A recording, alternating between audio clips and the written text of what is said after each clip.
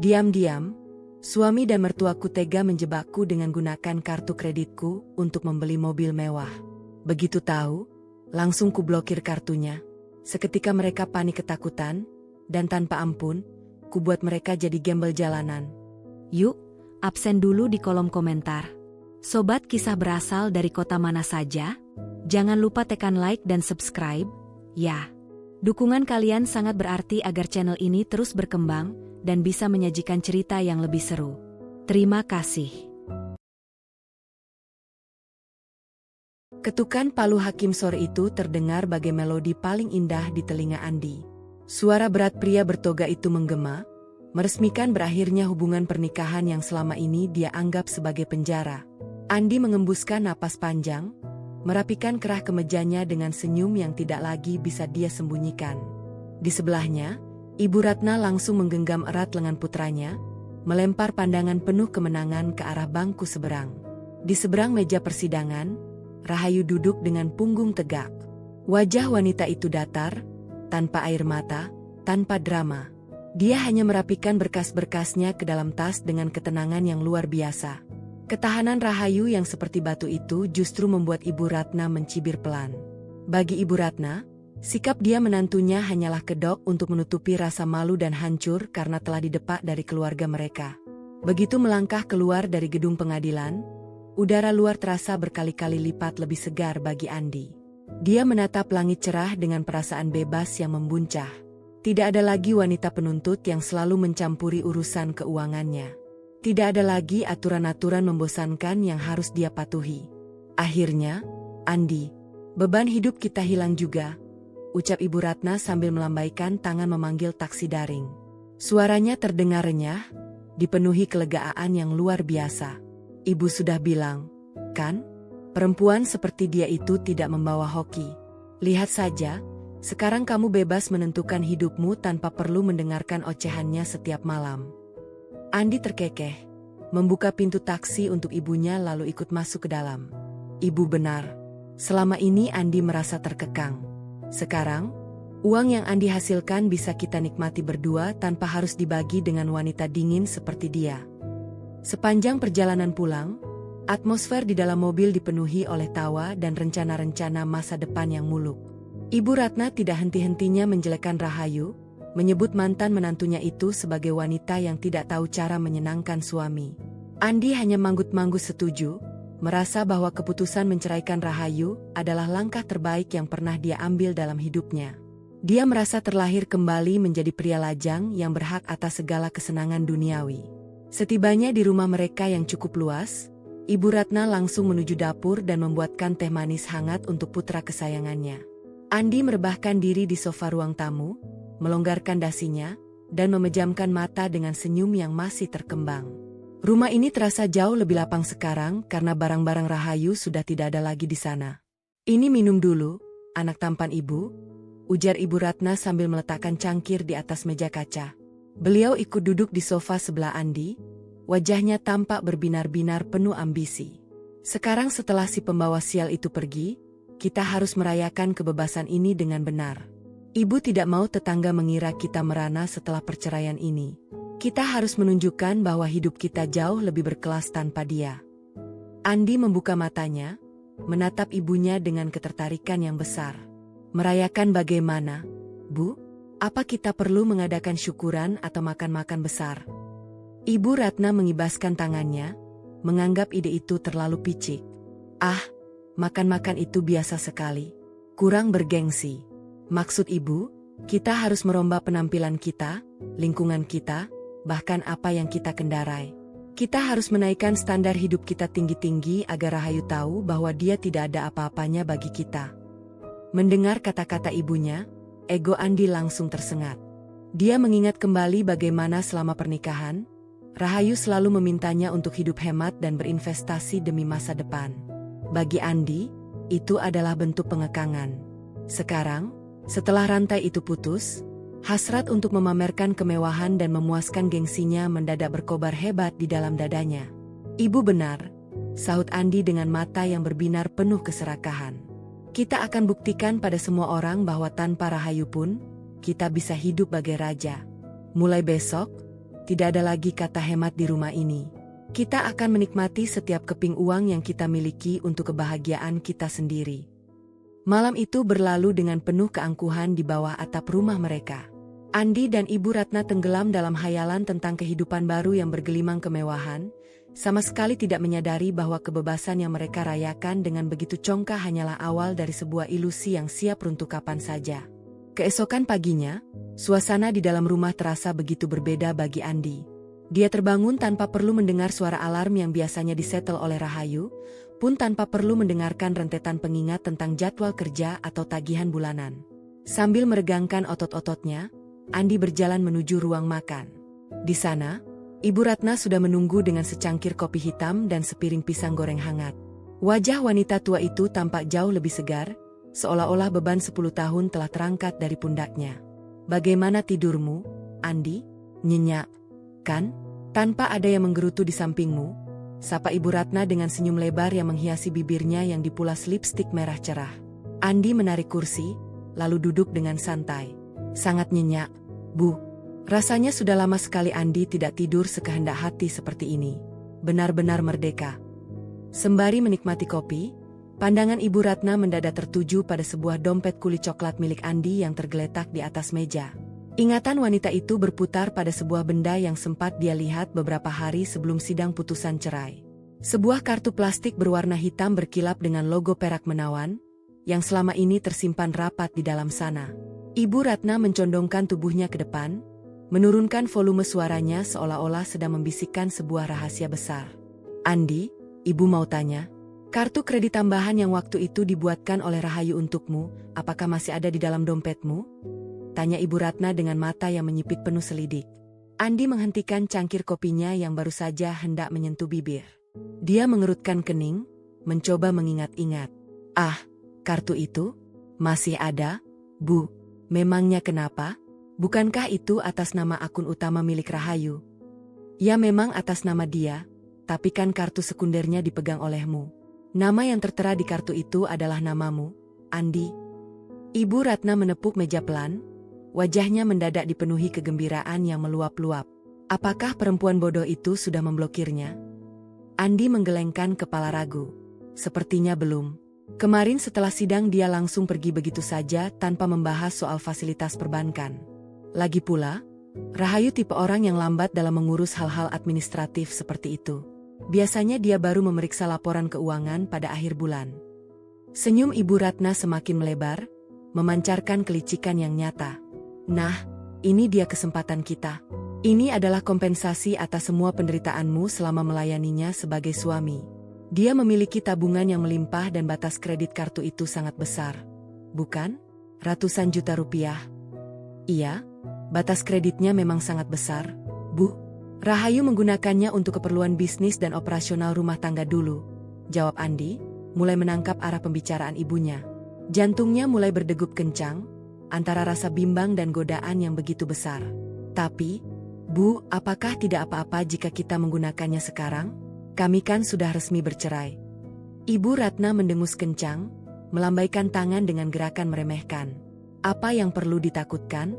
Kamu itu mantan suaminya. Wajar jika kamu mengambil sedikit keuntungan setelah semua waktu yang kamu habiskan bersamanya. Anggap saja ini nafkah iddah atau ganti rugi imaterial untuk kita. Sebelum dia menyadari dan memblokir kartu itu, kita harus bergerak cepat." "Lalu, apa yang ingin Ibu beli dengan kartu ini?"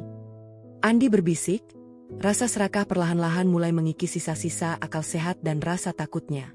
Ibu Ratna memperbaiki posisi duduknya, menatap lurus ke dalam mata putranya dengan binar ambisi yang membara. "Mobil mewah, Andi. Kita butuh mobil baru yang mewah. Mobil sedan lamamu itu sudah terlalu usang dan sering mogok. Ibu bosan dilihat menderita oleh para tetangga. Kita datang ke dealer terbesar di kota ini hari ini juga. Kita beli mobil yang bisa membuat semua orang terperangah saat kita lewat."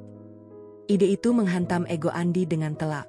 Membayangkan dirinya menyetir mobil sport atau sedan premium keluaran terbaru, memamerkannya di depan teman-teman kantor, dan menunjukkan kepada dunia bahwa dia sukses besar setelah bercerai, membuat darahnya berdesir hebat.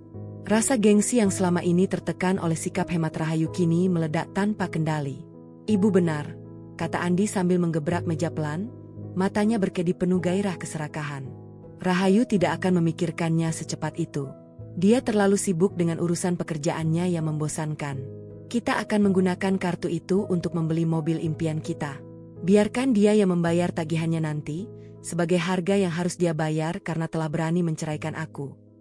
Ibu Ratna tertawa renyah, sangat puas melihat putranya telah sepenuhnya terhasut.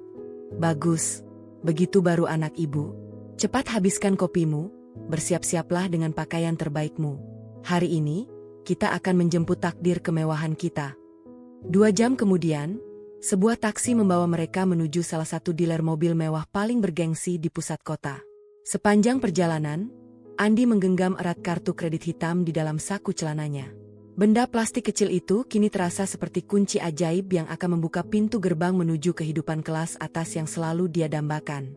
Setibanya di dealer, aroma wewangan mahal dan deretan mobil dengan bodi berkilap langsung menyambut mereka. Para pramuniaga berpakaian rapi memandang mereka dengan tatapan menilai. Andi membusungkan dadanya, melangkah dengan keangkuhan yang dipaksakan, sementara Ibu Ratna sibuk menunjuk beberapa mobil sport yang dipajang di area utama. Seorang pramuniaga pria dengan senyum ramah segera menghampiri mereka. "Selamat siang, Bapak, Ibu. Ada yang bisa saya bantu? Apakah ada model tertentu yang sedang dicari?" Andi berdeham, mencoba membuat suaranya terdengar seberwibawa mungkin. "Saya mencari sedan premium keluaran terbaru, yang memiliki performa tinggi, interior kulit kelas 1, dan tentu saja yang paling mahal di kelasnya." Mata pramuniaga itu langsung berbinar melihat calon konsumen yang tampak potensial. "Pilihan yang sangat luar biasa, Pak. Kebetulan kami baru saja kedatangan satu unit seri terbaru berwarna hitam metalik dengan spesifikasi tertinggi. Mari, silakan ikut saya untuk melihat unitnya langsung." Andi dan Ibu Ratna mengikuti langkah pria itu menuju area khusus di bagian belakang. Di sana, di bawah sorotan lampu estetik, berdiri sebuah mobil sedan mewah dengan lekukan bodi yang sangat aerodinamis dan gagah. Ibu Ratna langsung memeki pelan, mengelus kap mobil yang halus itu dengan mata berbinar-binar penuh ketamakan. "Ini dia, Andi, ini mobil yang sangat cocok untukmu. Lihat desainnya, sangat berkelas. Ibu bisa membayangkan bagaimana pandangan iri orang-orang di kompleks perumahan kita saat kita pulang membawa mobil ini?" Seru Ibu Ratna dengan suara yang sengaja dikencangkan agar didengar oleh orang sekitar. Andi sendiri terpaku. Dia mendekat, membuka pintu pengemudi, dan menghirup aroma khas interior kulit mewah yang masih baru. Rasa memiliki langsung merasuki jiwanya. Dia tidak peduli lagi tentang hukum, tidak peduli tentang Rahayu, dan tidak peduli tentang konsekuensi apapun yang akan terjadi di masa depan. Yang ada di pikirannya saat ini hanyalah kepuasan ego yang mutlak. "Berapa harga total untuk unit ini termasuk seluruh biaya pengurusan dokumennya?" tanya Andi kepada pramuniaga. Pramuniaga itu menyebutkan sebuah angka fantastis yang terdiri dari 9 digit. Sebuah nominal-nominal yang bahkan tidak akan pernah bisa ditutupi oleh seluruh gaji Andi selama 3 tahun bekerja. Namun, alih-alih gentar, Andi justru tersenyum sinis. Dia merogoh saku celananya, mengeluarkan kartu kredit hitam atas nama akun Rahayu, lalu menyodorkannya dengan gerakan tangan yang angkuh. "Saya ambil unit ini sekarang juga. Lakukan pembayaran penuh dengan kartu ini," ujar Andi tanpa keraguan sedikit pun. Pramuniaga itu menerima kartu tersebut dengan kedua tangannya, membungkuk hormat, lalu segera berjalan menuju meja kasir untuk memproses transaksi. Di sudut ruangan, Andi dan Ibu Ratna saling berpandangan, melempar senyum penuh kemenangan atas tindakan nekat yang baru saja mereka lakukan. Proses administrasi yang berjalan lancar membuat Andi dan Ibu Ratna merasa seolah-olah dunia berada di bawah kendali mereka. Hanya dalam waktu 2 hari, mobil sedan mewah berwarna hitam metalik itu akhirnya diantarkan langsung ke halaman rumah mereka. Kilau catnya yang sempurna memantulkan cahaya matahari sore, menciptakan pemandangan yang sangat kontras dengan deretan rumah lain di gang kompleks tersebut. Ibu Ratna berdiri di teras rumah dengan melipat kedua tangannya di dada. Wajahnya terangkat tinggi, sengaja memperlihatkan senyum lebar kepada beberapa tetangga yang mulai keluar rumah karena penasaran. Suara deru mesin mobil yang halus namun bertenaga itu berhasil menarik perhatian hampir seluruh penghuni gang. "Aduh, Jeng Ratna, mobil baru ya? Luar biasa sekali, mengkilap sampai bisa buat berkaca," seru Ibu Tuti, salah satu tetangga sebelah rumah, sambil berjalan mendekat dengan mata yang tidak berkedip menatap bodi mobil. Ibu Ratna tertawa renyah, sebuah tawa yang sengaja dikeras-keraskan agar terdengar hingga ke ujung jalan. Jeng Tuti. Iya nih, biasalah. Andi baru saja dapat rezeki nomplok. Katanya bosan pakai mobil lama yang sering mogok, jadi langsung beli yang baru ini dari dealer resmi. Tunai pula. Andi keluar dari pintu kemudi dengan gerakan yang sengaja dibuat lambat. Dia membetulkan jam tangan besarnya, lalu mengunci mobil menggunakan kendali jarak jauh hingga lampu indikatornya berkedip 2 kali. Perasaan bangga dan superioritas instan langsung memenuhi dadanya saat melihat tatapan kagum sekaligus iri dari tetangga-tetangganya. Selama bertahun-tahun menikah dengan Rahayu, dia selalu diminta untuk menahan diri dan tidak pamer. Sekarang, rasanya seperti membalas dendam pada semua kekangan itu. Wah, Mas Andi hebat ya. Belum lama cerai dari Mbak Rahayu malah makin sukses dan kelihatan makmur. Puji tetangga lainnya yang ikut berkerumun. Mendengar nama Rahayu disebut, raut wajah Ibu Ratna langsung berubah sinis, meski senyumnya tetap dipaksakan. Ah, jangan bawa-bawa nama dia lagi, Jeng. Justru karena si pembawa sial itu sudah pergi, rezeki anak saya ini jadi mengalir deras seperti air-air bah. Terbuktikan siapa yang sebenarnya menghambat kesuksesan Andi selama ini. Andi ikut menimpali sambil bersandar di kap mobil barunya. Benar sekali, ibu-ibu. Hidup itu harus maju ke depan, tidak perlu menengok ke belakang lagi. Ini baru permulaan dari kehidupan baru kami yang sesungguhnya. Setelah para tetangga bubar dengan bisik-bisik yang dipenuhi rasa penasaran, Andi dan ibunya segera masuk ke dalam rumah untuk berganti pakaian. Malam ini, mereka telah merencanakan sebuah agenda penting untuk menyempurnakan pamer kemewahan mereka. Ibu Ratna mengenakan gaun terbaiknya yang dipadukan dengan perhiasan emas mencolok, sedangkan Andi memakai kemeja sutra bermotif yang baru saja dia beli. Kita mau kemana malam ini, Andi? Pastikan tempatnya sangat mewah agar kita bisa mengambil banyak foto untuk diunggah ke jejaring sosial, ujar Ibu Ratna sambil mematut diri di depan cermin besar ruang tamu. Tenang saja, Bu. Andi sudah memesan 1 meja khusus di restoran atap hotel berbintang 5 yang paling terkenal di pusat kota. Tempat itu hanya didatangi oleh kaum ekspatriat dan pengusaha kaya. Kita akan makan malam di sana, jawab Andi dengan nada penuh kepuasan. Perjalanan menuju hotel mewah itu terasa bagai mimpi bagi mereka berdua. Andi sengaja membuka sedikit kaca mobil agar orang-orang di lampu merah bisa melihat siapa yang berada di dalam kendaraan premium tersebut. Musik jazz mengalun lambat dari pengeras suara berkualitas tinggi di dalam kabin, menambah kesan eksklusif yang membuat mereka semakin mabuk kepayang. Setibanya di pelataran hotel, petugas pelayanan parkir langsung membungkuk hormat dan membukakan pintu mobil untuk mereka. Ibu Ratna melangkah keluar dengan gaya anggun yang dipaksakan, dagunya terangkat tinggi menatap gedung pencakar langit di hadapannya. Mereka berjalan melewati lobi yang megah dengan lantai marmer berkilau, menuju lift khusus yang membawa mereka ke lantai paling atas. Di restoran tersebut, pemandangan lampu-lampu kota malam hari membentang indah di balik dinding-dinding kaca yang besar. Andi segera mengeluarkan telepon genggamnya, mengambil beberapa foto ibunya yang sedang memegang menu makanan mahal, lalu mengambil gambar kunci mobil mewah mereka yang sengaja diletakkan di atas meja makan berbahan kayu ek. Ibu harus pasang foto ini sebagai gambar profil sekarang juga, Bu. Biar semua kerabat dan terutama teman-teman Rahayu tahu bahwa kita sedang berada di puncak dunia. Hasut Andi sambil mengirimkan foto-foto tersebut ke ponsel ibunya. Ibu Ratna langsung sibuk dengan ponselnya, mengetik kalimat-kalimat penuh sindiran halus namun tajam sebagai keterangan foto. Sudah ibu unggah, Andi. Lihat saja, dalam beberapa menit pasti akan banyak yang menyukai dan berkomentar. Ibu ingin menunjukkan pada si Rahayu itu, kalau dia mengira kita akan merangkak memohon setelah perceraian, dia salah besar. Mereka memesan makanan-makanan terbaik dengan nama-nama asing yang bahkan sulit mereka lafalkan. Setiap suapan dirayakan dengan tawa keangkuhan. Mereka merasa telah berhasil membuktikan kepada dunia bahwa mereka adalah pemenang dalam drama perceraian ini. Ketakutan akan tagihan yang membengkak atau konsekuensi hukum sama sekali tidak terlintas dalam benak mereka yang telah dibutakan oleh kepuasan semu dari sebuah kebohongan besar. Sementara keriuhan dan tawa keangkuhan membumbung tinggi di atap hotel berbintang malam itu, suasana di sudut lain kota justru diselimuti keheningan yang kontras.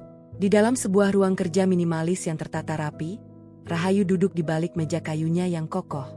Cahaya dari lampu meja menyinari beberapa lembar dokumen keuangan dan sebuah laptop yang menyala, menampilkan grafik serta mutasi rekening yang terus berjalan.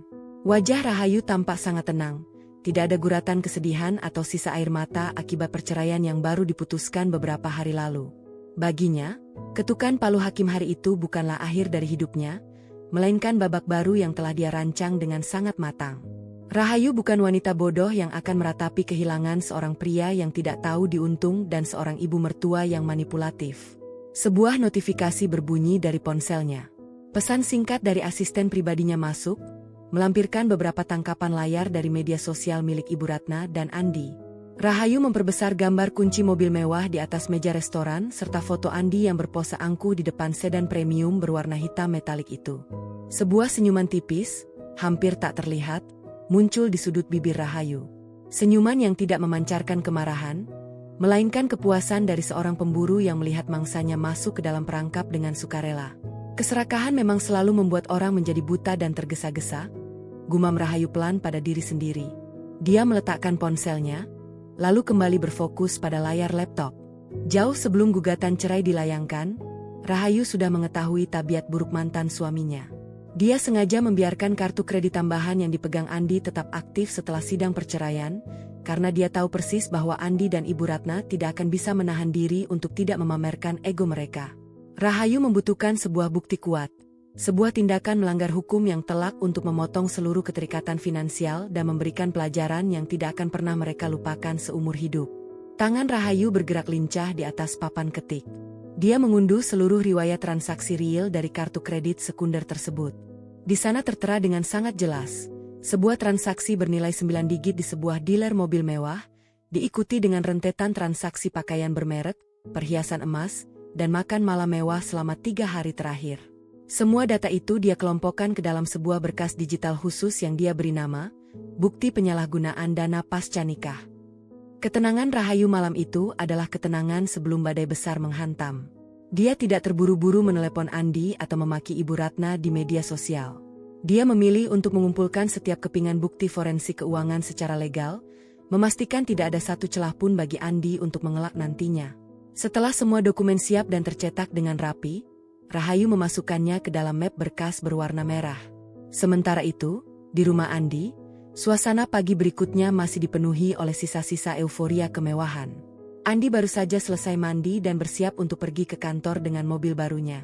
Ibu Ratna sedang sibuk menyiram tanaman di depan rumah, sengaja memperlama aktivitasnya agar setiap tetangga yang lewat bisa melihat dirinya yang sesekali mengelap kap mobil hitam itu dengan selembar kain halus. Saat Andi berjalan keluar menuju mobil, sebuah sepeda motor kurir berhenti di depan pagar rumah mereka. Kurir tersebut mengantarkan sebuah surat resmi berlogo bank swasta terkemuka yang ditujukan langsung kepada Andi. Andi menerima surat itu dengan kening berkerut, merasa heran mengapa pihak bank sudah mengirimkan surat padahal ini baru awal minggu. Surat apa itu, Andi? Apakah surat penghargaan dari dealer karena kita membeli mobil paling mahal? Tanya Ibu Ratna sambil mendekat dengan senyum lebar. Andi merobek amplop tersebut dengan santai. Namun, saat matanya membaca baris demi baris tulisan di dalam surat itu, senyum di wajahnya perlahan memudar.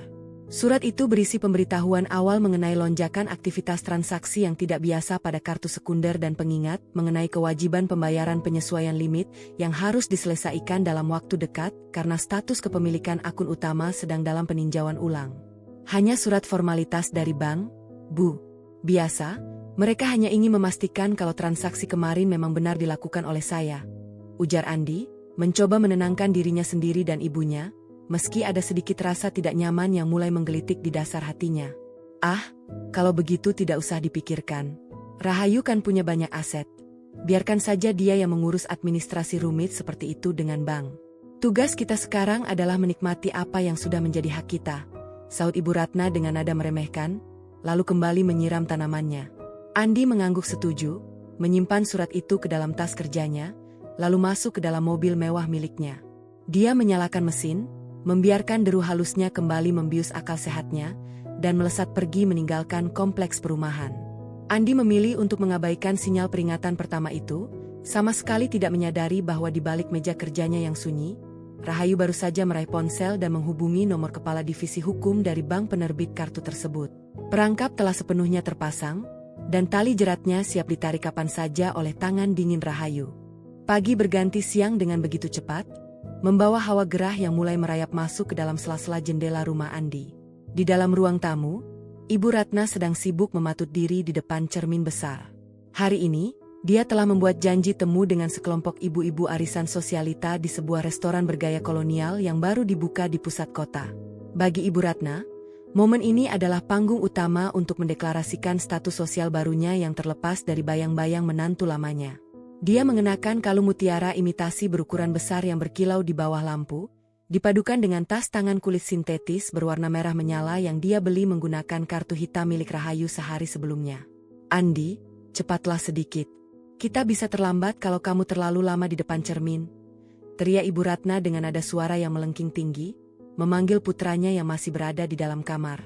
Andi keluar dari kamar dengan langkah tergesa-gesa.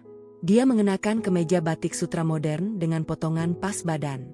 Penampilannya rapi, jam tangan barunya berkilap menawan, dan senyum angkuh masih bertengger dengan kokoh di wajahnya.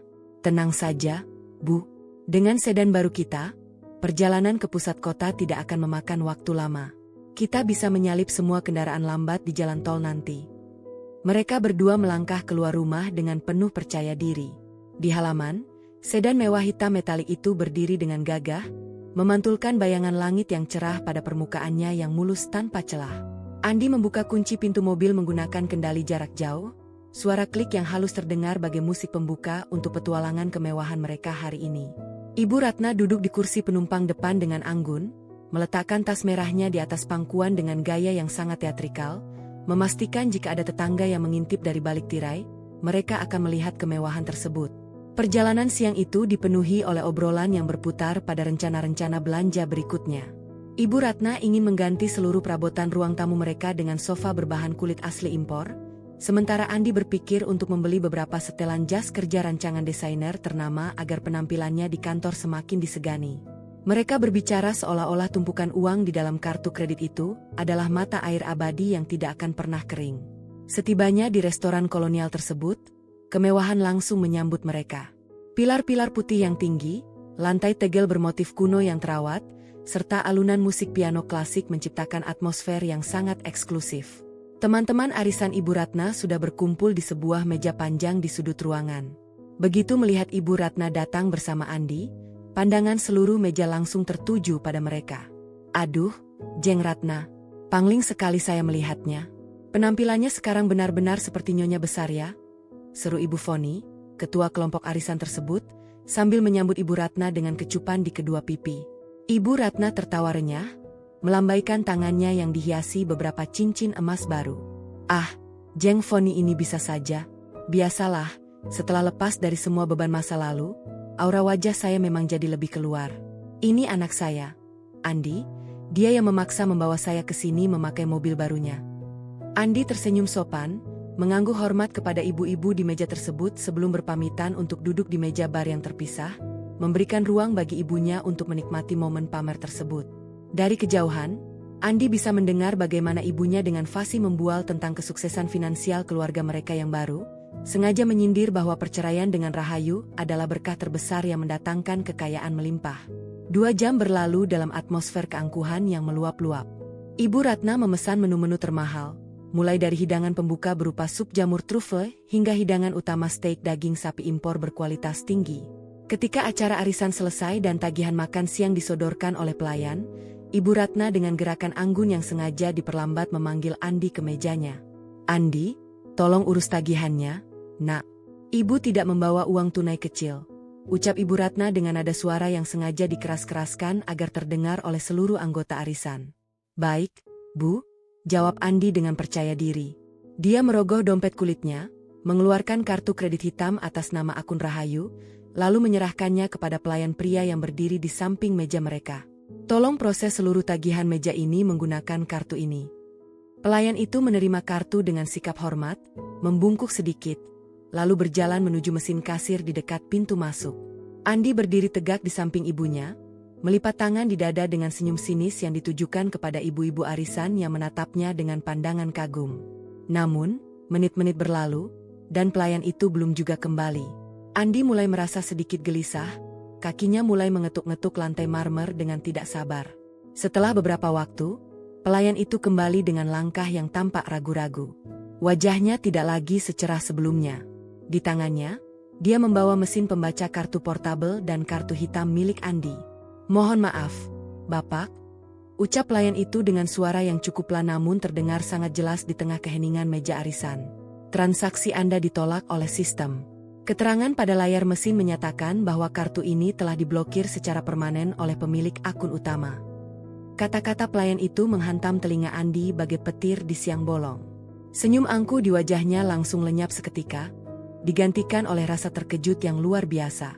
Jantungnya berdegup kencang secara instan, memompa darah panas ke seluruh wajahnya hingga memerah. Apa? Diblokir? Jangan bercanda kamu. Periksa lagi mesinmu, mungkin jaringan internet di restoran ini yang bermasalah. Gerta Andi dengan nada suara yang meninggi karena panik dan malu. Seluruh mata ibu-ibu arisan kini tertuju padanya, tidak lagi dengan pandangan kagum, melainkan dengan kerutan di kening penuh selidik. Saya sudah mencobanya sebanyak 3 kali dengan 2 mesin yang berbeda, Pak. Hasilnya tetap sama. Kartu ini ditolak karena ada pembatasan akses dari pihak bank pusat. Jelas pelayan itu dengan tegas namun tetap menjaga kesopanan. Ibu Ratna ikut berdiri dari kursinya, wajahnya menegang dengan mata yang melotot lebar. Tidak mungkin, kartu itu memiliki batas kredit ratusan juta rupiah. Bagaimana bisa ditolak hanya untuk membayar makan siang di sini? Kamu pasti salah menggunakan mesin. Di tengah kekacauan dan rasa malu yang mulai membakar harga diri mereka, ponsel di dalam saku kemeja Andi tiba-tiba bergetar hebat.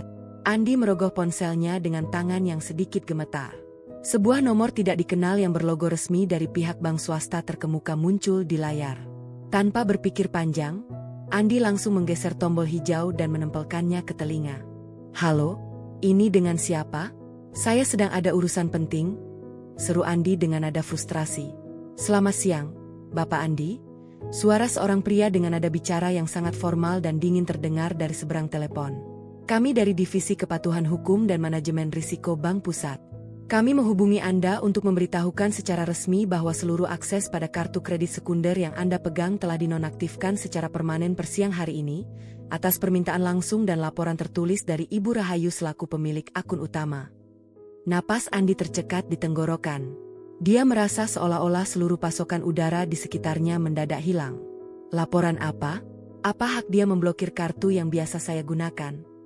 Ibu Rahayu telah mengajukan laporan resmi mengenai penyalahgunaan fasilitas dana pihak ketiga tanpa izin pasca putusan perceraian resmi, lengkap dengan bukti-bukti mutasi transaksi ilegal yang Anda lakukan selama beberapa hari terakhir, termasuk transaksi pembelian 1 unit kendaraan bermotor roda 4. Lanjut suara di telepon itu tanpa emosi. Pihak bank telah membekukan akun tersebut dan saat ini sedang melakukan peninjauan hukum lebih lanjut. Seluruh tagihan tertunggak dan denda penalti akibat transaksi tersebut kini dialihkan status tanggung jawabnya secara administratif. Surat resmi penagihan dan pembatalan hak guna akan segera dikirimkan ke alamat Anda. Selamat siang. Klik. Sambungan telepon diputus secara sepihak dari seberang sana. Andi berdiri mematung dengan ponsel yang masih menempel di telinganya. Tangannya perlahan lemas dan turun ke samping tubuhnya. Seluruh dunianya yang megah, yang baru saja dia bangun di atas fondasi keserakahan selama beberapa hari ini, mendadak runtuh tanpa menyisakan satupun tiang penyangga. Perangkap dingin yang dipasang oleh Rahayu akhirnya ditarik dengan kekuatan penuh, meninggalkan Andi dan ibunya terjebak di tengah ruang restoran mewah tanpa sepeser pun uang yang bisa mereka gunakan untuk menyelamatkan harga diri mereka yang mulai hancur lebur. Keheningan yang mencekam mendadak mengunci meja panjang di sudut restoran kolonial itu. Ibu Ratna masih berdiri dengan tubuh yang kaku, sementara matanya bergerak liar menatap Andi yang tampak seperti patung bernyawa. Ibu-ibu arisan yang semula melempar senyum penuh kekaguman, kini saling berbisik di balik kipas dan telapak tangan mereka. Tatapan mereka berubah drastis menjadi pandangan penuh selidik, cemooh, dan rasa ingin tahu yang tajam. Aroma wangi sup jamur mahal dan steak premium yang tersaji di atas meja mendadak berubah menjadi bau kecurigaan yang menusuk hidung. Andi, ada apa sebenarnya? Kenapa kartunya tidak bisa digunakan? Bisik Ibu Ratna dengan suara yang bergetar menahan malu. Wajahnya yang dilapisi bedak tebal perlahan memucat, kontras dengan warna lipstik merah cerahnya yang mencolok. Andi tidak menjawab. Telinganya masih berdenging mendengar kalimat dingin dari petugas bank di telepon tadi. Kata-kata penyalahgunaan dana, laporan tertulis Rahayu, dan denda penalti berputar-putar di dalam kepalanya bagai tawon yang mengamuk. Dia memandang kartu hitam di atas meja dengan tatapan kosong. Benda plastik yang kemarin dia anggap sebagai lambang kekuatan dan kebebasan, kini menjelma menjadi tiket menuju pintu neraka finansial. "Bapak, bagaimana penyelesaian tagihannya?"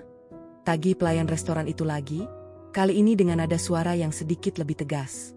Beberapa pelayan lain dan seorang manajer restoran mulai melangkah mendekat, menyadari ada gelagat tidak beres dari meja tamu VIP tersebut. Dengan tangan yang gemetar hebat, Andi merogoh dompet kulitnya sendiri. Dia mengeluarkan semua kartu debit dan sisa uang tunai yang dia miliki. Namun, dia tahu persis isinya tidak akan pernah cukup. Gaji bulanannya sudah terkuras habis untuk membayar uang muka tidak resmi dan biaya administrasi kecil lainnya saat mengambil mobil baru kemarin. Saat seluruh kartu debit pribadinya digesek satu persatu ke mesin, layar digital tetap memuntahkan kata yang sama, saldo tidak cukup. Rasa malu yang luar biasa membakar seluruh pori-pori kulit Andi. Di depan teman-teman arisan ibunya, di depan para pelayan yang menatapnya dengan pandangan merendahkan, dia tersungkur ke dalam titik terendah harga dirinya.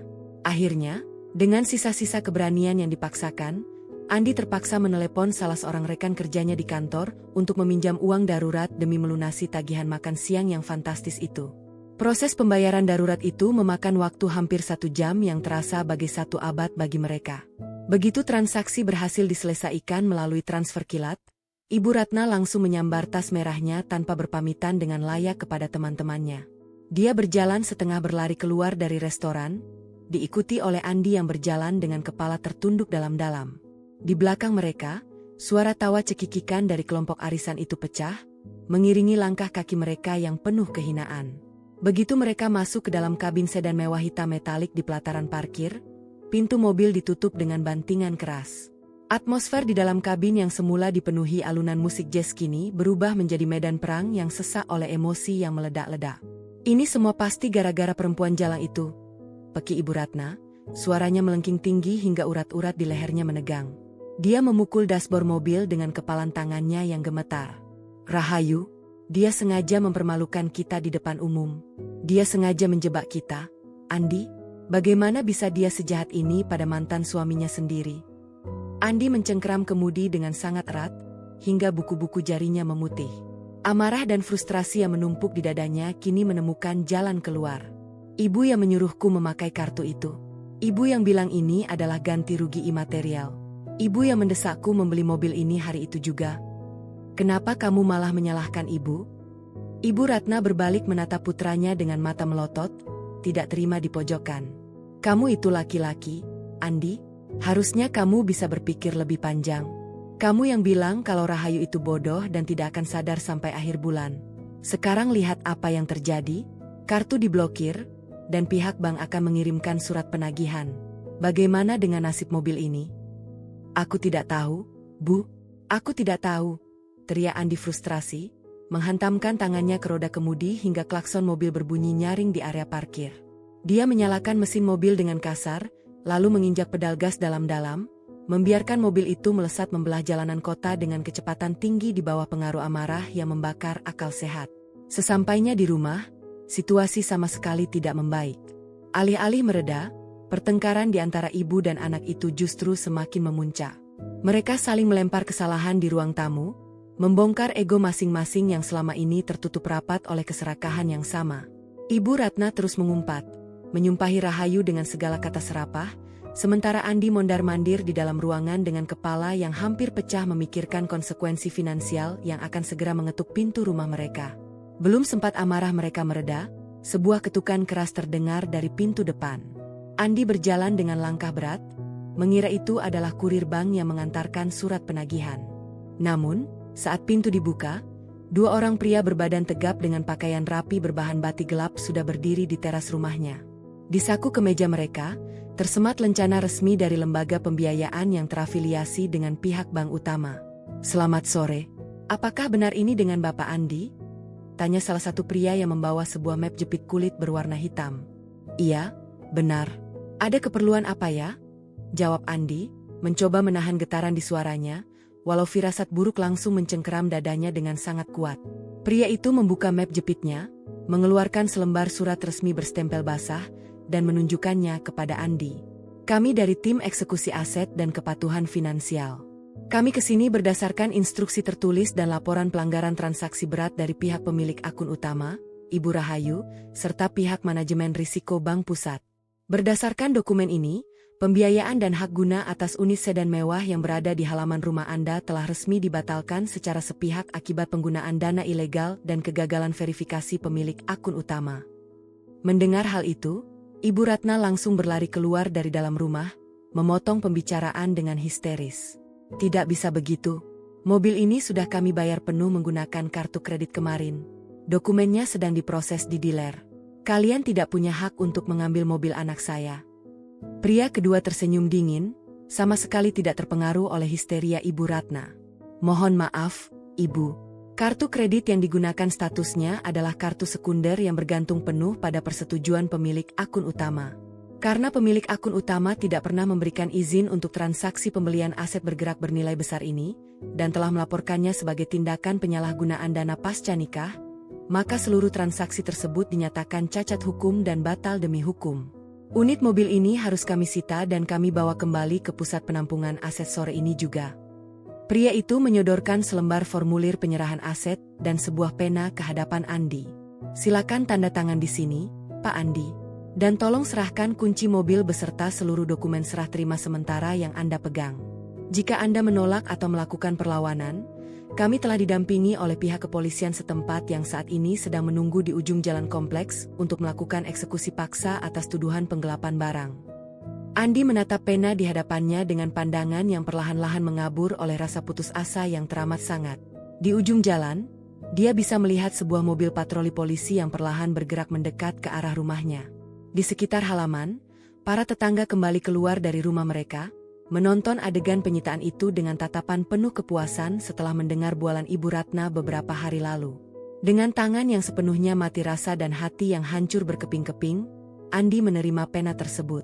Dia menorehkan tanda tangannya di atas kertas putih itu, meresmikan awal dari badai kehancuran finansial yang sesungguhnya. Kemewahan semu yang baru dia nikmati selama beberapa hari kini direnggut kembali dengan cara yang paling kejam dan memalukan tepat di hadapan matanya sendiri, menyisakan tumpukan masalah baru yang siap menyeret mereka ke titik paling nadir dalam kehidupan mereka. Suara deru mesin mobil mewah yang perlahan menjauh dari halaman rumah terasa bagai dentang lonceng kematian bagi martabat Andi dan Ibu Ratna. Beberapa tetangga yang berdiri di depan pagar rumah mereka memberikan tatapan kasihan yang bercampur dengan cemoohan yang tertahan. Ibu Ratna terduduk lemas di anak tangga teras, kedua tangannya memegangi kepalanya yang mendadak terasa berputar hebat. Air matanya merusak riasan bedak tebalnya, meninggalkan garis-garis hitam akibat maskara yang luntur. Di hadapan seluruh penghuni kompleks, kesombongan yang mereka bangun selama beberapa hari ini runtuh total dalam hitungan menit.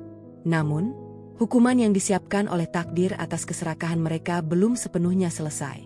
3 minggu setelah peristiwa penyitaan mobil tersebut, badai finansial yang sesungguhnya datang menerjang tanpa ampun. Efek domino dari laporan forensik keuangan yang diajukan oleh Rahayu mulai bekerja dengan kecepatan yang mengerikan. Surat-surat dengan logo lembaga hukum dan perbankan bergantian mengetuk pintu rumah mereka hampir setiap pagi, tidak lagi berupa surat peringatan, melainkan surat tuntutan dan eksekusi. Pagi itu, udara terasa sangat mencekam di dalam ruang tamu.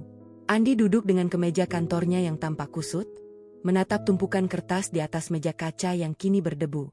Pihak bank tidak hanya membatalkan transaksi mobil, tetapi juga membebankan seluruh biaya penalti, bunga keterlambatan, dan denda penutupan paksa kepada akun personal milik Andi. Kartu kredit sekunder itu memang milik Rahayu, tetapi perjanjian hukum awal menyatakan bahwa segala bentuk penyalahgunaan dana tanpa izin yang terbukti secara hukum akan dialihkan menjadi utang pribadi pemegang kartu tambahan.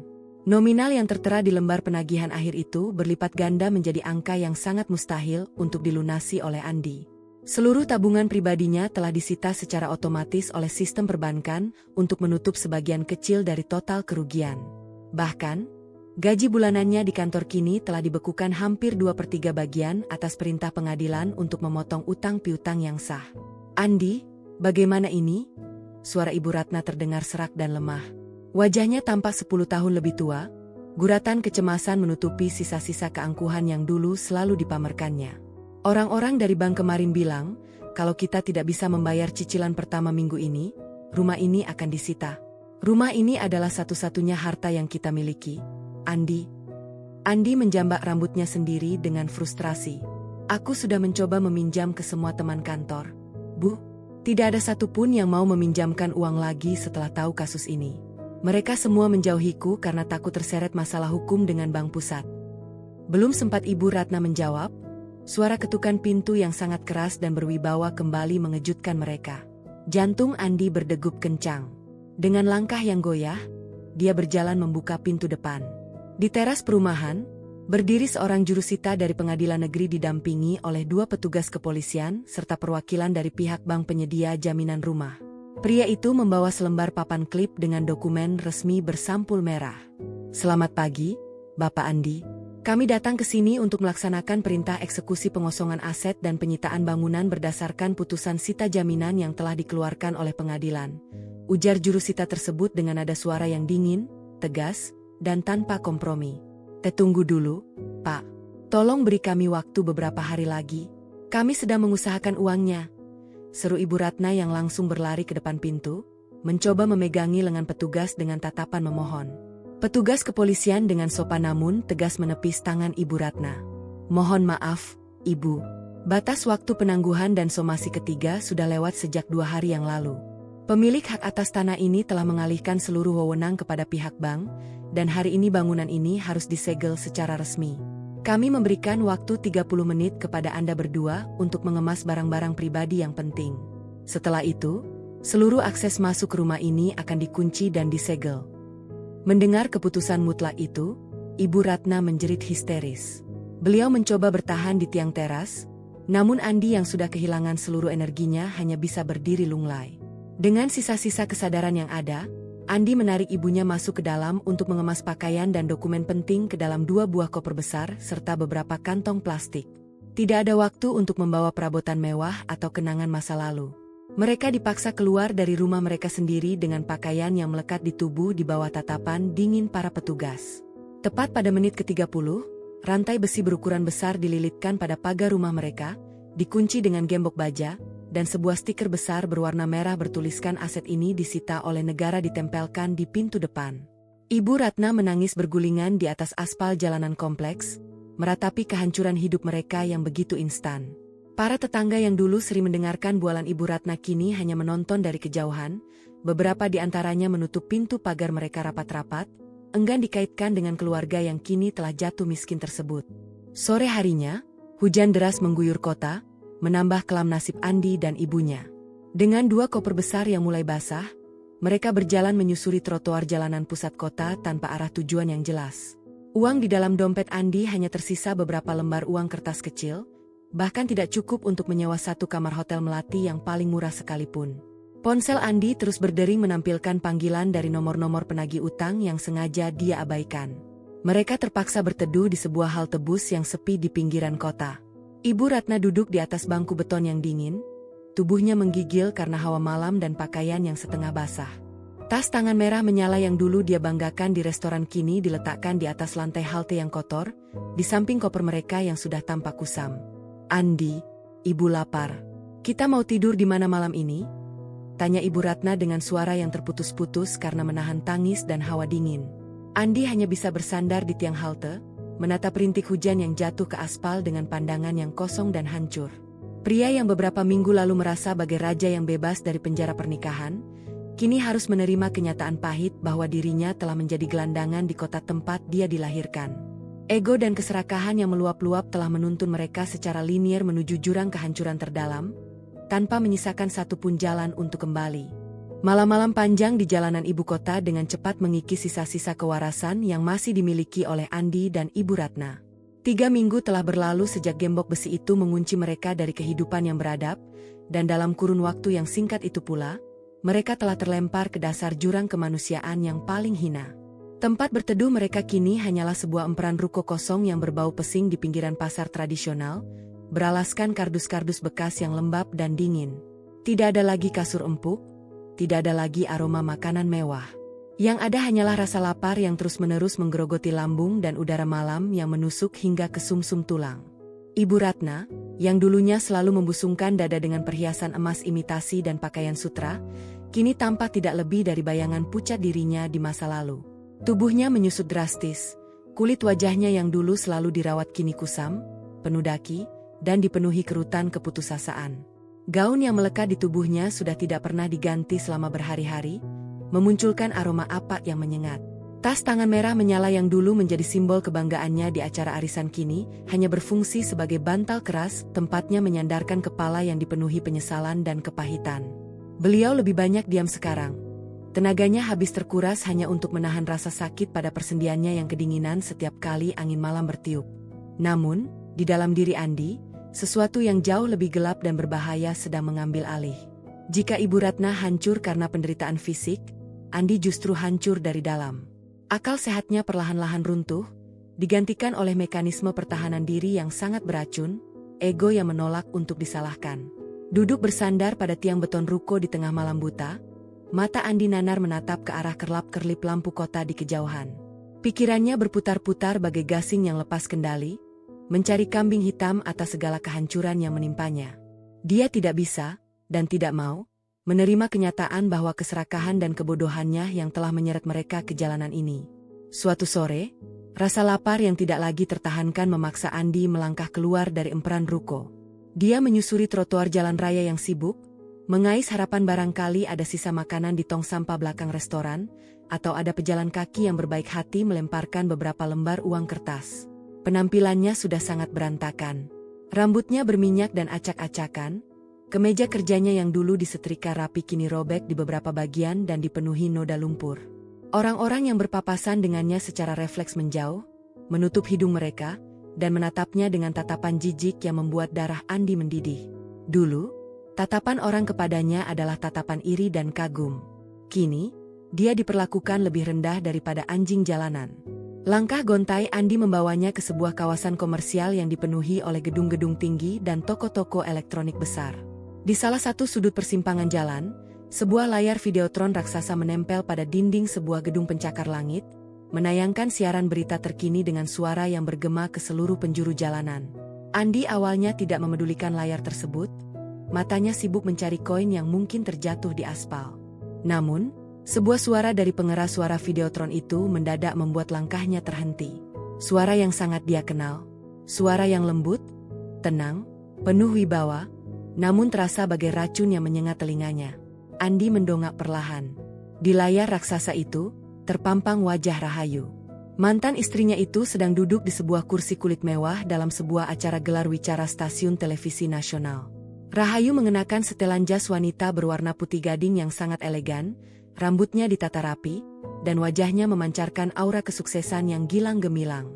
Keterangan di bagian bawah layar televisi itu tertulis dengan huruf kapital yang mencolok. Eksklusif. Rahayu, sosok di balik suksesnya akuisisi perusahaan properti terbesar tahun ini.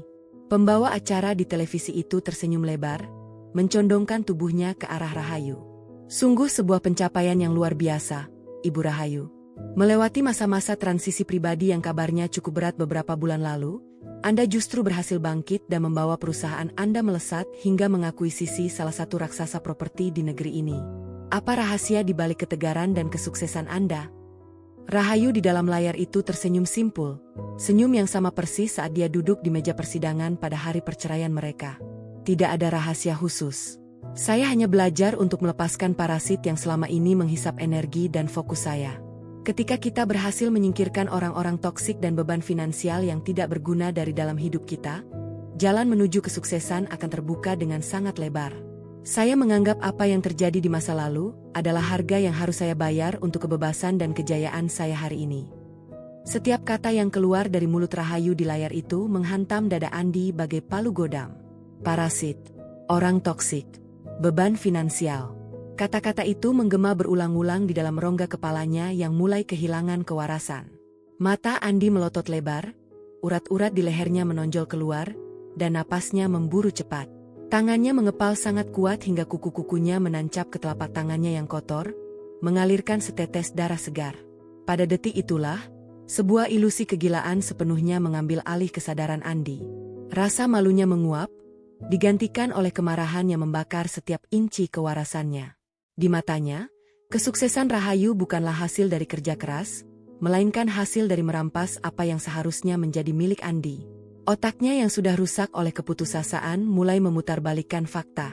Dia merencanakan semua ini, gumam Andi dengan suara bergetar, berbicara pada dirinya sendiri di tengah keramaian pejalan kaki yang lalu lalang. Perempuan jalang itu sudah merencanakan semuanya. Dia sengaja menceraikan aku, sengaja menjebakku dengan kartu kredit itu agar aku hancur, supaya dia bisa menikmati semua harta Gonogini sendirian. Harta itu milikku. Perusahaan itu dibangun saat dia masih menjadi istriku. Itu uangku. Napas Andi semakin sesak oleh dendam kesumat yang hitam pekat. Dia menatap layar raksasa itu seolah ingin merobek wajah Rahayu yang sedang tersenyum. Kebahagiaan Rahayu adalah penghinaan terbesar bagi penderitaannya. Andi merasa dirinya adalah korban dari sebuah konspirasi kejam. Dia adalah pria tak berdosa yang dirampok oleh mantan istri yang serakah dan manipulatif.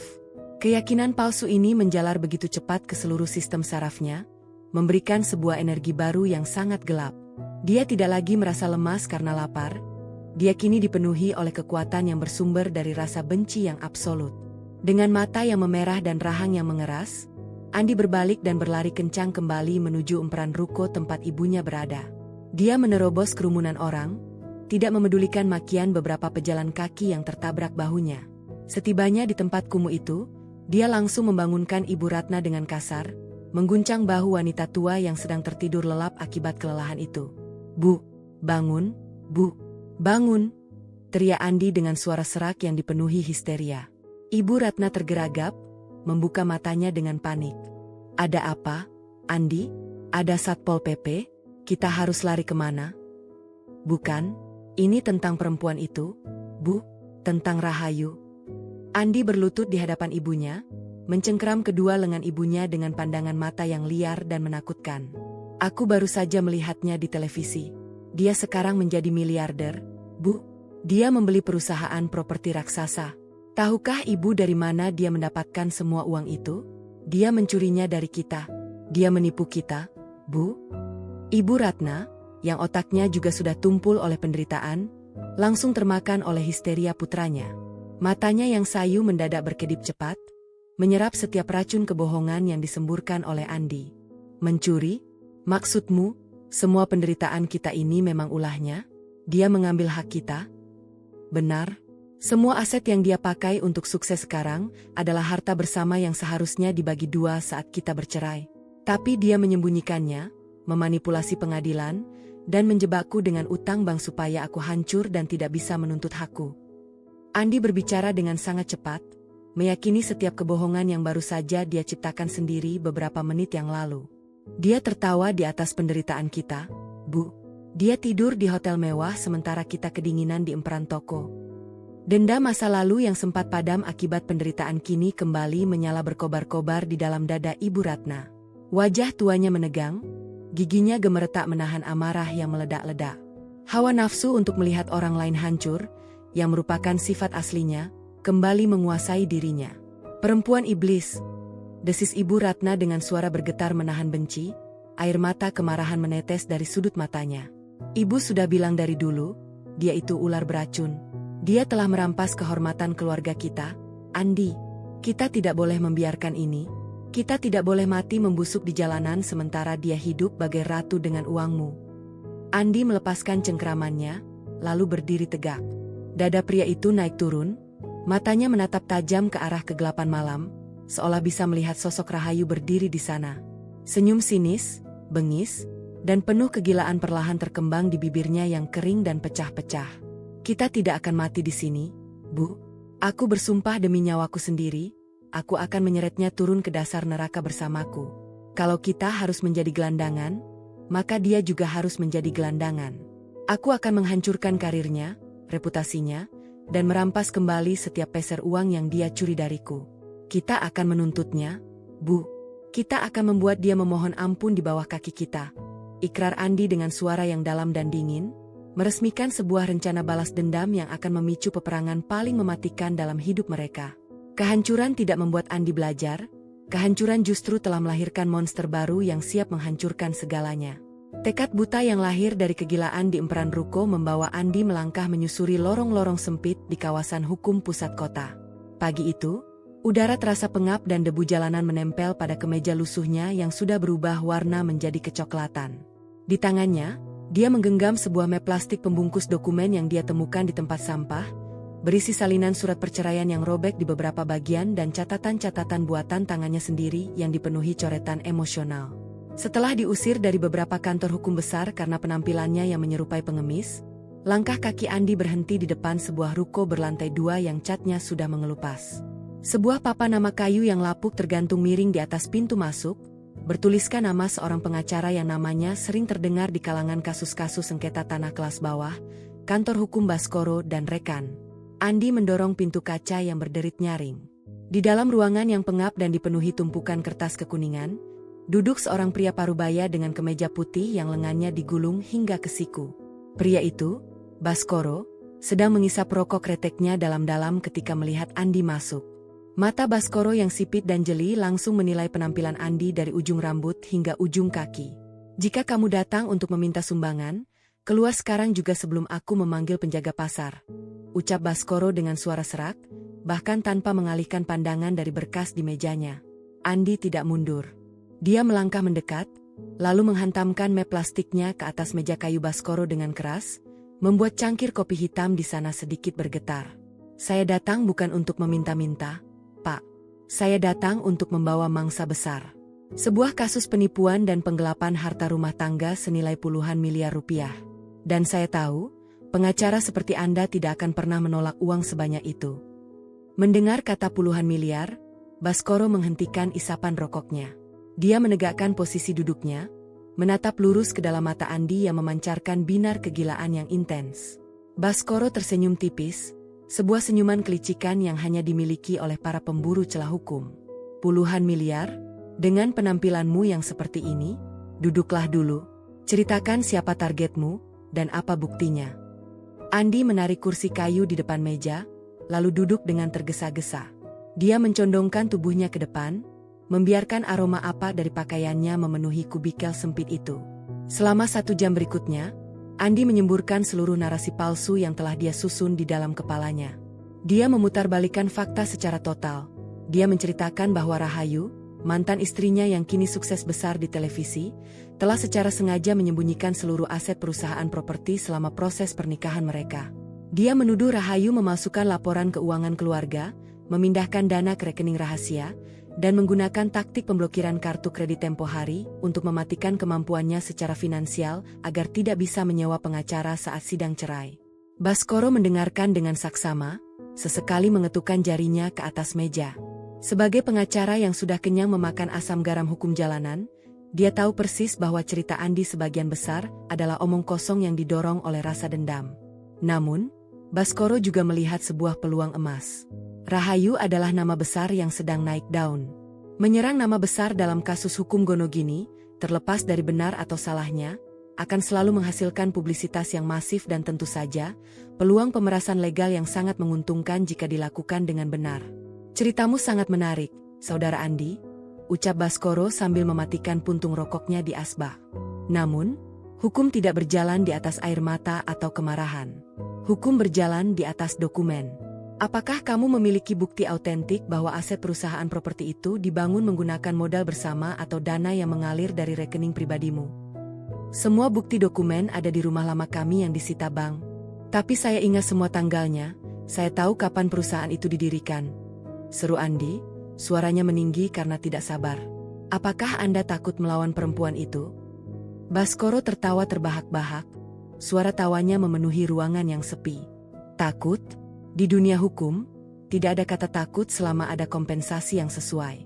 Begini saja, aku tahu kamu tidak punya uang sepeser pun untuk membayar biaya jasa awalku. Kita gunakan sistem bagi hasil resmi.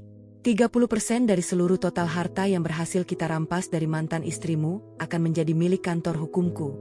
Sebagai gantinya, aku yang akan membiayai seluruh operasional awal gugatan ini, termasuk memalsukan maksudku, menyusun ulang rantai pembuktian yang logis di depan majelis hakim. Baskoro membuka laci mejanya, mengeluarkan selembar surat perjanjian kontrak hukum dengan sistem persentase. Tanda tangani ini. Dan kita akan mulai menyusun skenario hukum yang akan membuat mantan istrimu terpaksa berlutut demi menyelamatkan nama baik perusahaannya. Tanpa ragu sedikitpun, Andi menyambar pena di atas meja dan menorehkan tanda tangannya dengan goresan yang sangat tajam. Persekutuan hitam antara seorang pria yang kehilangan kewarasan dan seorang pengacara yang kehilangan moralitas resmi terbentuk. Selama 3 hari berikutnya, Andi dan Baskoro mengurung diri di dalam ruko tersebut, menyusun strategi pembalasan hukum yang sangat licik. Mereka tidak langsung mendaftarkan gugatan ke pengadilan, melainkan memilih untuk melakukan serangan psikologis terlebih dahulu. Baskoro mengarahkan Andi untuk membuat kronologi tertulis yang sangat dramatis mengenai bagaimana dirinya dizolimi, dimiskinkan, dan dibuat menjadi gelandangan oleh seorang istri yang serakah setelah memanfaatkan tenaganya selama 10 tahun pernikahan. Kita harus menyerang titik terlemah dari seorang pengusaha sukses. Andi, jelas Baskoro sambil menunjuk draft surat yang baru selesai diketik. Titik terlemah mereka adalah reputasi publik dan opini masyarakat.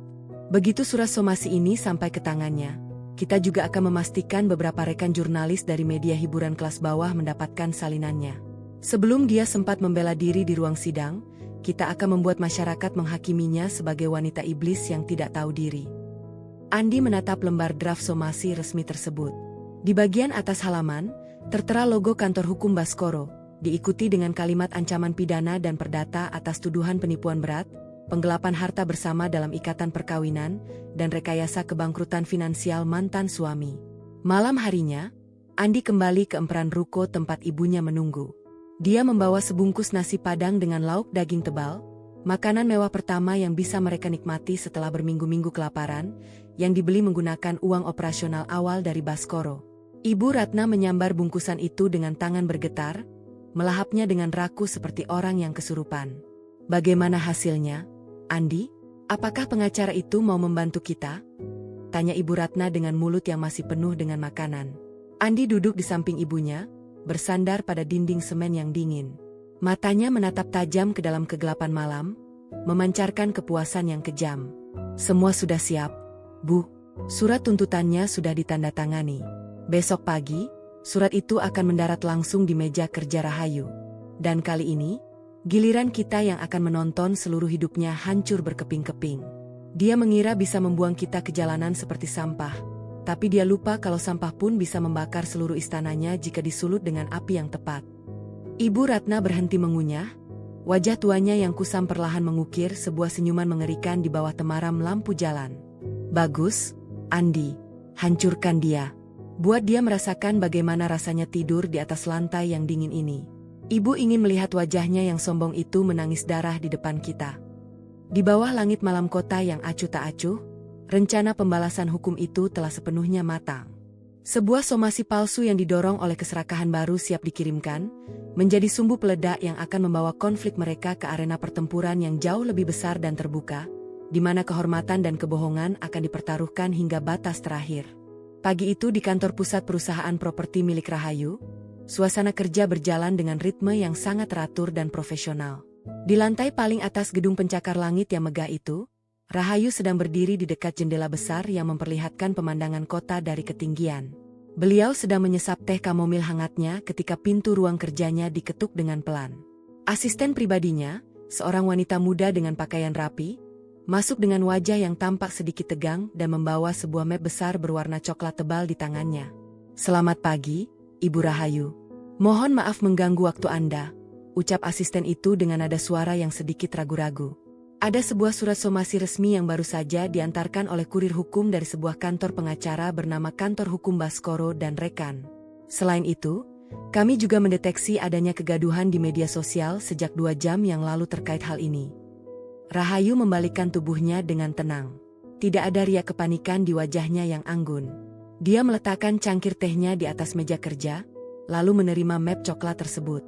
"Somasi dari siapa? Dan kegaduhan apa yang kamu maksud?" "Surat itu dikirimkan atas nama mantan suami Anda, Bapak Andi, Ibu," jelas asisten itu dengan suara yang semakin memelan. "Mereka menuduh Anda melakukan penipuan harta rumah tangga, penggelapan aset bersama selama pernikahan, dan secara sengaja merekayasa kebangkrutan finansial beliau. Yang lebih mengkhawatirkan, salinan surat ini tampaknya telah disebarkan secara sengaja ke beberapa akun gosip media sosial kelas bawah. Saat ini, video singkat Bapak Andi dan ibunya yang berpenampilan sangat memprihatinkan sedang viral. Mereka menuduh Anda sebagai mantan istri yang kejam dan tidak tahu diri." Rahayu tersenyum tipis. Sebuah senyuman yang penuh dengan ketenangan seorang pemenang yang sudah bisa membaca pergerakan musuhnya. Dia membuka map coklat itu dan membaca lembar demi lembar surat somasi yang disusun oleh Baskoro. Kalimat-kalimat di dalamnya dipenuhi dengan istilah hukum yang bombastis namun sangat miskin akan substansi pembuktian yang konkret. Isinya tidak lebih dari sekadar karangan fiksi yang didorong oleh keputusasaan seorang pria yang menolak menerima kenyataan. "Buka laptopmu, perlihatkan video yang sedang viral itu," perintah Rahayu dengan nada suara yang sangat datar.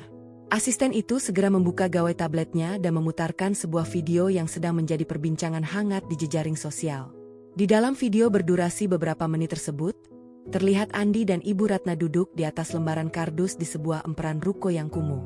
Penampilan mereka sangat mengenaskan, pakaian mereka kotor, rambut mereka acak-acakan, dan wajah mereka tampak sangat menderita. Andi berbicara di depan kamera dengan suara yang bergetar penuh air mata buatan, sementara Ibu Ratna menangis histeris di sampingnya sambil memegangi sebuah foto lama pernikahan Andi dan Rahayu. "Saya hanya meminta keadilan," ucap Andi di dalam video tersebut dengan nada yang sangat dramatis. "Mantan istri saya, Rahayu, sekarang hidup bergelimang kemewahan setelah perusahaan propertinya sukses besar. Tapi tidak ada yang tahu kalau perusahaan itu dibangun dari keringat dan modal yang saya berikan selama kami menikah. Dia menceraikan saya secara sepihak, memanipulasi seluruh dokumen keuangan di pengadilan, dan memblokir semua akses pencarian dana saya hingga saya dan ibu kandung saya yang sudah tua ini terusir dari rumah dan menjadi gelandangan di jalanan. Dia merampas segalanya dari kami."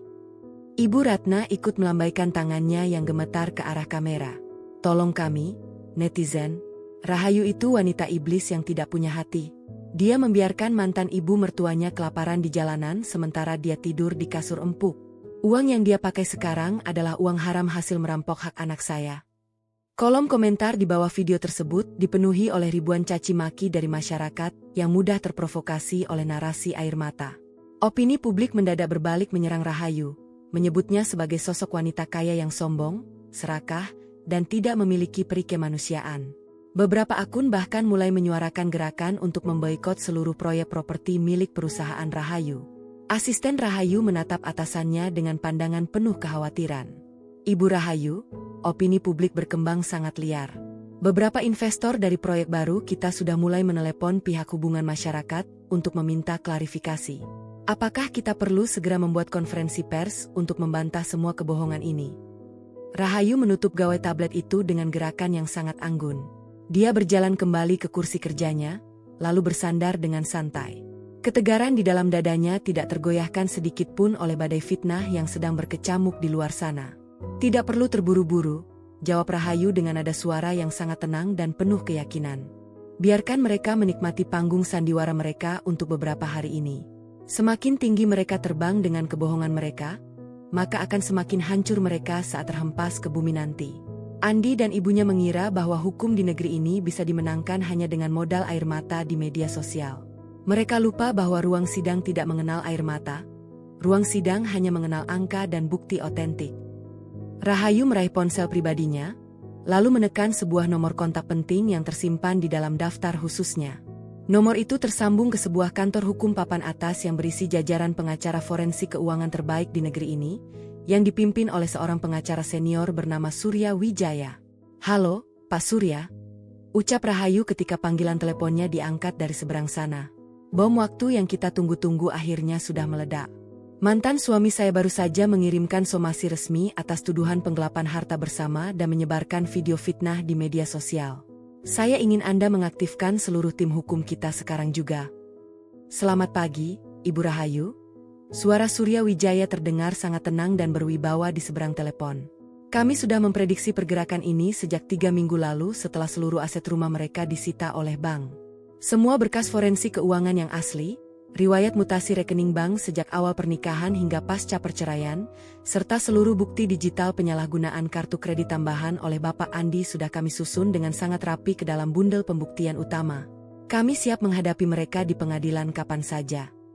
"Bagus," sahut Rahayu dengan mata yang berkilat penuh ketegasan. "Balas surat somasi mereka sore ini juga. Katakan bahwa kami menolak seluruh tuntutan tidak berdasar tersebut dan kami menantang mereka untuk membuktikannya secara terbuka di pengadilan negeri pada sidang gugatan perdata minggu depan. Jangan berikan mereka celah untuk berdamai di luar pengadilan.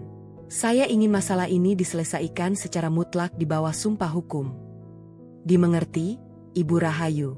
Kami akan segera mengirimkan surat jawaban resmi dan mendaftarkan jadwal persidangan. Kami pastikan keadilan akan berpihak pada tempat yang seharusnya, jawab Surya sebelum mengakhiri panggilan telepon. Setelah menutup telepon, Rahayu kembali menatap keluar jendela besar ruang kerjanya. Di bawah sana, kota tampak sangat sibuk dan penuh dengan dinamika. Rahayu tahu bahwa langkah yang diambil oleh Andi adalah langkah bunuh diri finansial yang terakhir. Tuntutan hukum palsu yang mereka layangkan tidak akan pernah bisa menyelamatkan mereka dari jalanan. Tuntutan itu justru akan menjadi pintu gerbang besi penjara yang siap mengunci mereka untuk waktu yang sangat lama. Rahayu menarik napas dalam-dalam, merasakan kekuatan dan ketegaran yang mengalir penuh di dalam dirinya. Dia telah membiarkan dirinya diremehkan dan dirampok selama bertahun-tahun pernikahan demi menjaga kedamaian yang semu. Namun sekarang, setelah statusnya merdeka, dia tidak akan pernah membiarkan satupun parasit dari masa lalunya berani menyentuh atau merusak reputasi yang telah dia bangun dengan cucuran keringat dan air mata yang sesungguhnya. Peperangan hukum telah resmi dimulai, dan Rahayu sudah siap berdiri di garis depan dengan senjata pembuktian yang tidak akan pernah bisa dipatahkan oleh kebohongan apapun. Ruang sidang utama pengadilan negeri pagi itu dipenuhi oleh atmosfer ketegangan yang pekat. Kursi penonton sidang penuh sesak oleh awak media hiburan dan beberapa warga yang penasaran setelah video viral Andi menghiasi jagat maya selama seminggu terakhir. Kamera-kamera wartawan sesekali membidik ke arah dua meja yang saling berhadapan di depan majelis hakim, menanti dimulainya bentrokan hukum yang telah menjadi konsumsi publik. Di meja penggugat, Andi duduk berdampingan dengan Baskoro. Penampilan Andi sudah jauh lebih rapi karena memakai kemeja batik murah yang dibelikan oleh pengacaranya. Namun gurat kegilaan dan dendam di matanya tidak bisa disembunyikan. Di bangku penonton tepat di belakangnya, Ibu Ratna duduk dengan punggung tegak, melayangkan tatapan penuh kebencian ke arah meja seberang. Mereka berdua merasa berada di atas angin karena dukungan netizen yang melimpah di media sosial selama beberapa hari ini. Sementara itu, di meja tergugat, Rahayu duduk dengan ketenangan yang mutlak. Beliau mengenakan blazer formal berwarna hitam dengan rambut yang disanggul rapi. Di sebelahnya, Surya Wijaya bersama 3 anggota tim pengacara forensik keuangan mereka sedang memeriksa beberapa bundel berkas tebal bersampul kulit hitam. Rahayu tidak sekalipun menengok ke arah Andi. Pandangannya lurus ke depan, menatap 3 hakim yang baru saja memasuki ruangan.